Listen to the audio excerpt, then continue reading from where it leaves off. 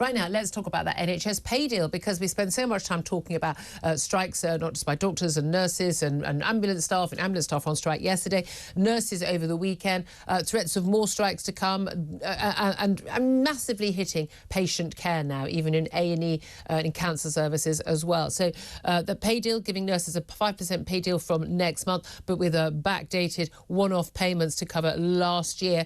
That's going to be arriving in 1 million NHS workers' pay packets as of next month. Does that mean it's all over? Let's talk to Roy Lilley. He's the former chair of an NHS trust and joins us now. Good morning to you.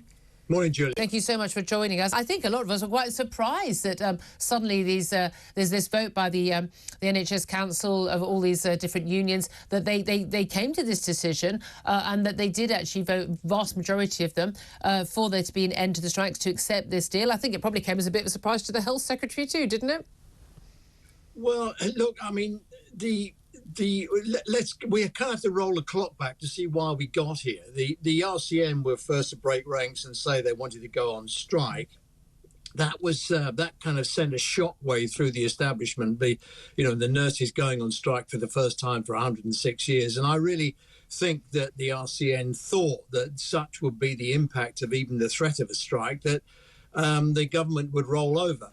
They got into a mess over what they wanted. They did some calculations and said they wanted 19%. Eventually that was chiseled back, and they ended up with doing a deal for 5%, because I think the RCN leadership felt there wasn't anything else to gain. Yeah. And that's why they recommended the deal to their members. It was their members actually who've overturned it and said, no, we want more. Yeah. So now, here we are, 1845 all over again. The charge of the Light Brigade, off they go again.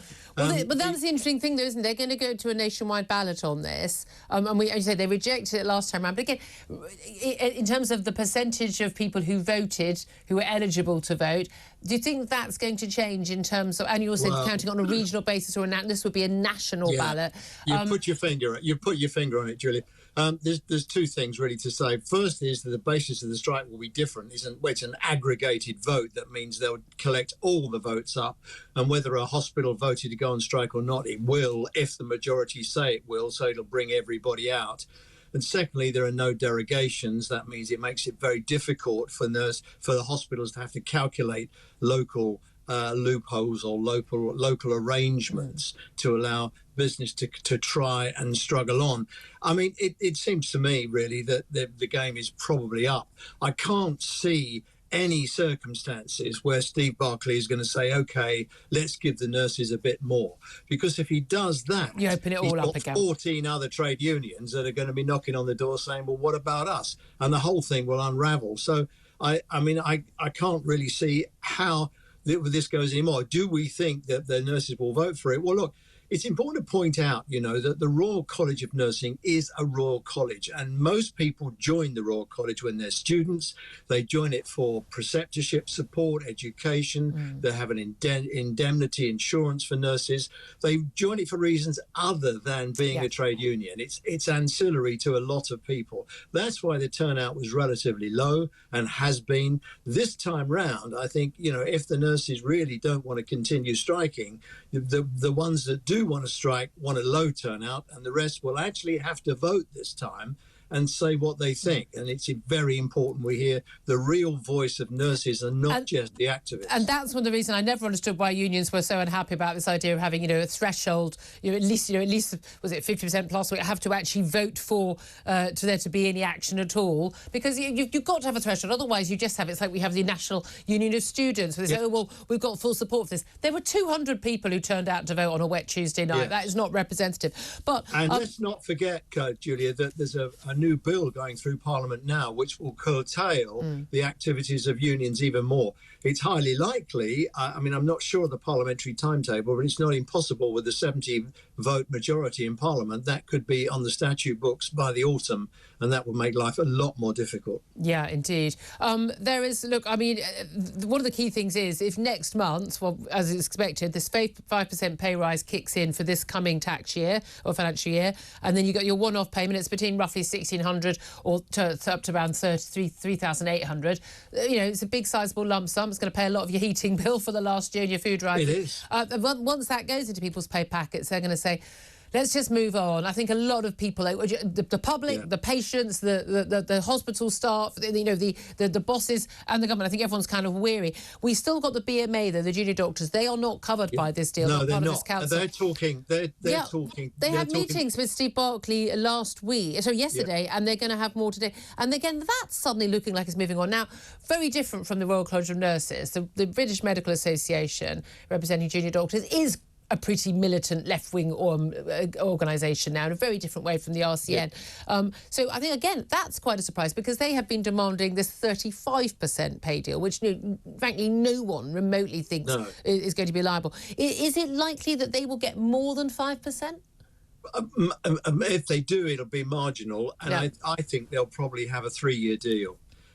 Where they'll try and get pay restitution. I think they've woken up, smelt the coffee and realised the high water mark now is 5%, and they've got to fiddle around and try and do something around that. Didn't we see railway, train drivers, didn't they get about 7 or 8%? Well, and we've had higher pay deals in I think, Wales and Scotland, haven't we? Yes, and that's an interesting point, Julia, because if you say my pay hasn't gone up or hasn't kept pace for 10 years, then you have to say, well, who's been representing you? Because the railway train drivers are earning 70 grand a year, and good luck to them. I'm not, well, except they only earn that because they're able to hold the rest of us to ransom.